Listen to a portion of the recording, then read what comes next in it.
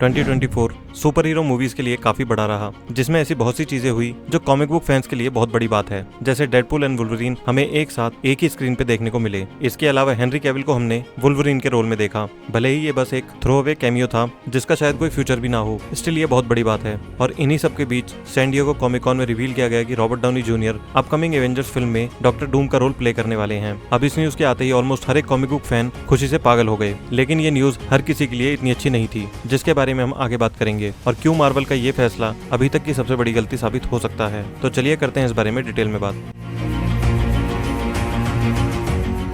सबसे पहले तो बात करते हैं कि कौन इस न्यूज से खुश नहीं है। सैन डिएगो कॉमिक कॉन में हुए अनाउंसमेंट से पहले एवेंजर्स द कैंग डायनेस्टी और Avengers secret war film release होने वाली थी, जिसमें जोनाथन मेजर्स का character Kang the conqueror main villain होने वाला था, जिसे लोकी सीरीज और Ant Man and the Wasp Quantumania film से एस्टेब्लिश कर दिया गया था। लेकिन लास्ट ईयर जोनाथन मेजर्स पे कुछ सीरियस हैरेसमेंट एलिगेशंस लगे थे, जिसके चलते डिज्नी ने जोनाथन मेजर्स को एमसीयू से फायर कर दिया। इसके बाद डिज्नी के पास दो ऑप्शंस थे कि या तो कैंग द कॉन्करर के रोल के लिए न्यू एक्टर को कास्ट करे या फिर किसी और विलन को इंट्रोड्यूस करे जो अपकमिंग फिल्म में थैनोस की जगह ले सके। और डिज्नी ने दूसरे विलन को एमसीयू में लाने का फैसला किया, जो है डॉक्टर डूम। इसलिए अब एवेंजर्स द कैंग डायनेस्टी का नाम चेंज करके एवेंजर्स डूम्सडे कर दिया गया है, जो 2026 में रिलीज होगी, जबकि एवेंजर्स सीक्रेट वॉर्स 2027 में रिलीज होगी। पहले इन दोनों ही फिल्म्स में कैंग मेन विलन होने वाला था, क्योंकि इतने टाइम से कैंग को सेटअप किया जा रहा था, और अब अचानक हमें डॉक्टर डूम देखने को मिलेगा। शायद इसी चीज को कवर करने के लिए डिज्नी ने रॉबर्ट डाउनी जूनियर के स्टारडम को यूज किया और उन्हें इस रोल में कास्ट करने का फैसला किया, क्योंकि बहुत से फैंस बस इसी बात से खुश है कि रॉबर्ट डाउनी जूनियर वापस एमसीयू में आ रहे हैं। एक इंटरव्यू में जोनाथन मेजर्स ने Robert Downey junior as doctor doom की कास्टिंग को लेकर अपनी डिसअपॉइंटमेंट जाहिर की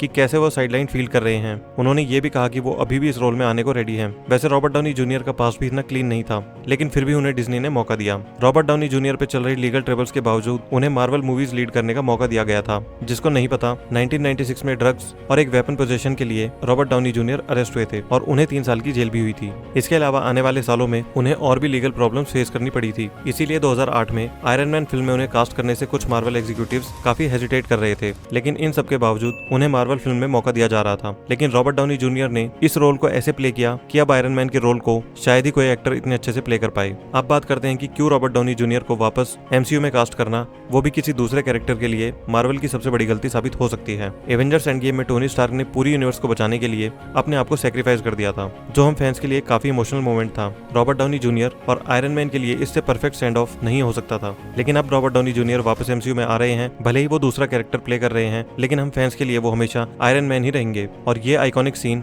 शायद अब उतना मैटर नहीं करेगा जितना पहले किया करता था। मुझे मालूम है एमसीयू में बहुत से कैरेक्टर्स हैं जो मल्टीपल रोल्स प्ले कर चुके हैं, लेकिन वो इस लेवल के नहीं थे। हालांकि ये देखना काफी इंटरेस्टिंग होगा कि मार्वल कैसे रॉबर्ट डाउनी जूनियर के डॉक्टर डूम को ऑनगोइंग स्टोरी में फिट करता है, क्योंकि इतने टाइम से कैंग द कॉन्करर को सेटअप किया जा रहा था, और बाकी एवेंजर्स कैसे रिएक्ट करेंगे जब उनका सामना डॉक्टर डूम से होगा। वैसे डॉक्टर डूम के लिए किसी और एक्टर को कास्ट करना इतनी बड़ी बात नहीं थी, जिसके लिए फैंस काफी टाइम से डिमांड भी कर रहे थे, लेकिन मार्वल ने उन सब चीजों को इग्नोर करके रॉबर्ट डाउनी जूनियर को कास्ट करने का फैसला किया, क्योंकि उन्हें पता है रॉबर्ट डाउनी जूनियर का फैन बेस कितना बड़ा है। ऐसा ही हमने हाल ही में रिलीज हुई डेडपूल एंड वुल्वरीन में भी देखा, जिसमें वुल्वरीन को वापस ले आया गया। भले ही वो दूसरी टाइमलाइन से है, लेकिन जब ह्यू जैकमैन वुल्वरीन को परफेक्ट सेंड ऑफ दे दिया गया था, तो क्यों उन्हें वापस लाया गया, ये सब हम अच्छे से जानते हैं।